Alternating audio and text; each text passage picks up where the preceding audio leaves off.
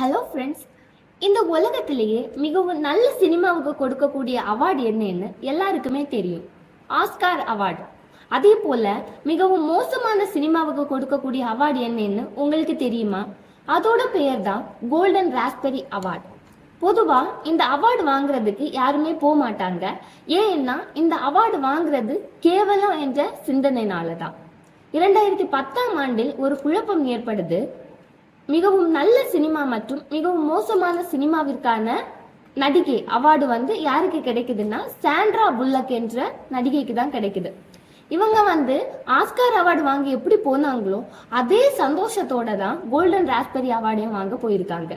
இந்த நடிகையிடமிருந்து நான் பெற்றுக்கொள்ள வேண்டிய பாடம் என்னன்னா, நம்ம இன்பத்தை எப்படி பெற்றுக்கொள்கிறோமோ அதே போல துன்பத்தையும் பெற்றுக்கொள்ள வேண்டும். திரு விவிலியம் கூறுகிறது, ஒழுக்கத்தை விரும்புபவன் அறிவை விரும்புகிறான் என்று.